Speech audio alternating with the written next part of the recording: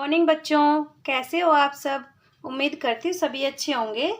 तो बेटा आज हम पढ़ेंगे हिंदी पाठमाला प्रतिभा कक्षा 5वीं की एक कविता है, बेटी पढ़ाओ देश बढ़ाओ।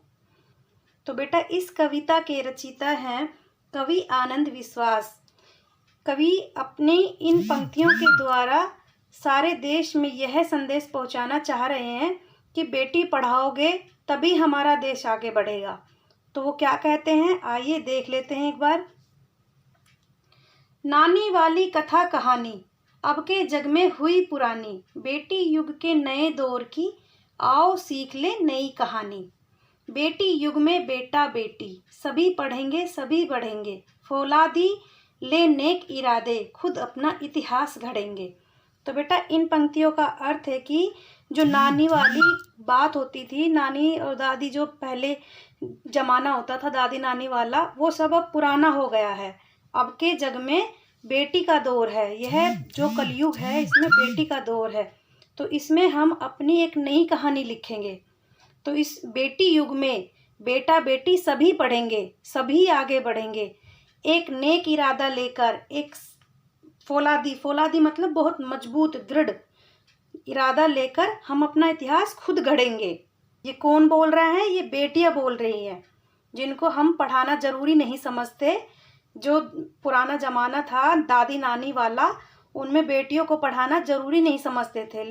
देश पढ़ेगा देश बढ़ेगा, दौड़ेगी अब तरुण जवानी, नानी वाली कथा कहानी अब के जग में हुई पुरानी। बेटा शिक्षित आधी शिक्षा, दोनों शिक्षित पूरी शिक्षा, हमने सोचा मनन करो तुम, सोचो समझो करो समीक्षा। तो बेटा इन पंक्तियों का अर्थ है कि जब देश पढ़ेगा तभी तो वो आगे बढ़ेगा। आगे बढ़ेगा कैसे बढ़ेगा कि भाई एक काम करने से या आधा काम करने से तो कभी देश तरक्की नहीं कर सकता। सिर्फ एक बेटा ही पढ़े, यानी कि लड़का जो है वही पढ़े, बेटियां ना पढ़े, तो फिर देश तरक्की कैसे करेगा। आधा काम होगा तो देश नहीं बढ़ेगा। जब तक दोनों साथ मिलकर काम नहीं करेंगे, लड़का लड़की, तब तक हमारा देश आगे नहीं बढ़ेगा। तो यही बात इसमें बोली गई है कि दौड़ेगी अब तरुण जवानी। तरुण का मतलब होता है कि युवा, जो युवा पीढ़ी होती है उनमें एक नया जोश उत्पन्न होगा कि हर काम को बढ़ चढ़ के आगे करने का, बेटा बेटी को एक समान समझकर सारे कामों को अच्छे से करने का, तभी हमारा देश आगे बढ़ेगा। बेटा शिक्षित होगा तो आधी शिक्षा होगी। कैसे कि बेटा शिक्षित है बेटी नहीं है, यानी कि जो पति होता है वह शिक्षित है, पत्नी है वो अनपढ़ है, तो कैसे शिक्षा हुई पूरी, नहीं हुई ना। जब पति भी पढ़ा लिखा है और पत्नी भी पढ़ी लिखी है, दोनों पढ़े लिखे हैं, तो दोनों ही समान शिक्षा हो गई उनकी, और उनके बच्चे भी समान रूप से ही पढ़ेंगे, यानी कि वो अपने दोनों बच्चों को समान रूप से पढ़ाएंगे, बेटा को भी और बेटी को भी। अगर लड़का ही पढ़ा लिखा है, माँ अनपढ़ है, तो कैसे काम चलेगा, नहीं चल पाएगा ना। तो फिर दोनों ही शिक्षा तभी पूरी होगी जब दोनों ही पढ़े लिखे होंगे।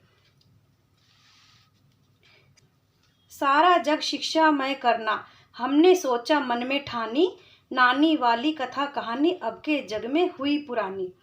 तो सारे जग को हमें शिक्षामय करना है, यानी कि सारे जग को हमें पढ़ाना है। ये तो किसने सोचा है, युवा पीढ़ियों ने, कि हमें ये भेद बिल्कुल मिटा देना है कि बेटा और बेटी में अंतर होता है। उनमें कोई अंतर नहीं होता, दोनों ही समान होते हैं, दोनों को ही पढ़ने का पूरा हक है।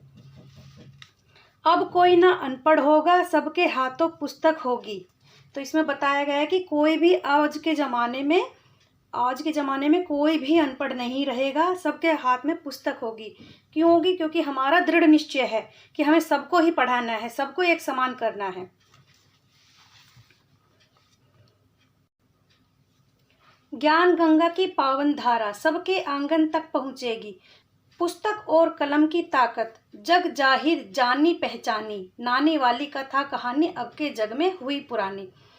तो यहाँ बताया गया है कि जो ज्ञान गंगा है, जो ज्ञान की गंगा, यानी कि जो पढ़ाई है, जो ज्ञान होता है, पढ़ाई होती है, वो हमें सबके घर तक पहुँचानी है, हर घर तक पहुँचानी है। हमारा ये मिशन है कि हमें हर घर में, कोई भी घर ऐसा ना हो कि जिसमें सिर्फ लड़के पढ़ते हों, लड़कियां ना पढ़ती हों। ऐसा एक भी घर में नहीं छोड़ना है, सारे घर में हमें यह पढ़ाई पहुंचानी है। पुस्तक और कलम में इतनी ताकत है, हमारे किताबों में और हमारी कलम में इतनी ताकत होगी कि सब जानेंगे, पहचानेंगे कि ये इस कलम की ताकत पर एक बेटी ने, जो कि एक डॉक्टर है, टीचर है, कुछ भी बन सकती है। वो पढ़ लिख के पढ़ाई के माध्यम से ही ये सब कुछ कर सकती है। अगर हम उसको अनपढ़ रख देंगे तो वो कुछ भी नहीं कर पाएगी। बेटी युग सम्मान पर्व है, पुण्य पर्व है, ज्ञान पर्व है।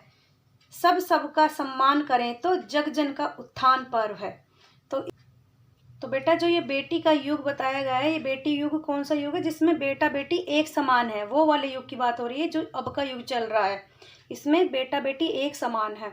तो जो इसमें हम बेटियों को पढ़ाएंगे, लिखाएंगे तो वो अपने आप ही हमारे लिए सम्मान की, गौरव की बात होगी, और वो एक त्यौहार से कम नहीं होगा हमारे लिए। पुण्य पर्व है, यानी कि एक अच्छी बात है कि हमें एक अच्छा कदम हमने बढ़ाया है, हमने सबको शिक्षित किया है।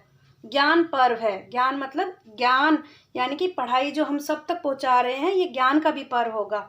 तो ये सबके लिए सम्मान की बात है, सारे जग जग में उत्थान यानी उन्नति की बात होगी कि बेटियों को अगर हम पढ़ाएंगे तो कोई डॉक्टर बनती है, कोई वकील बनती है, टीचर बनती है।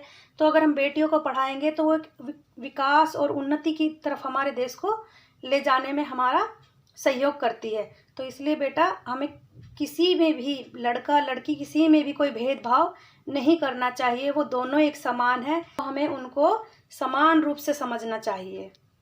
तो आज का पाठ हमारा यहीं तक था। उम्मीद करती हूँ पसंद आया होगा। अगर पसंद आया है तो एक लाइक ज़रूर करना। जय हिंद, वंदे मातरम। धन्यवाद।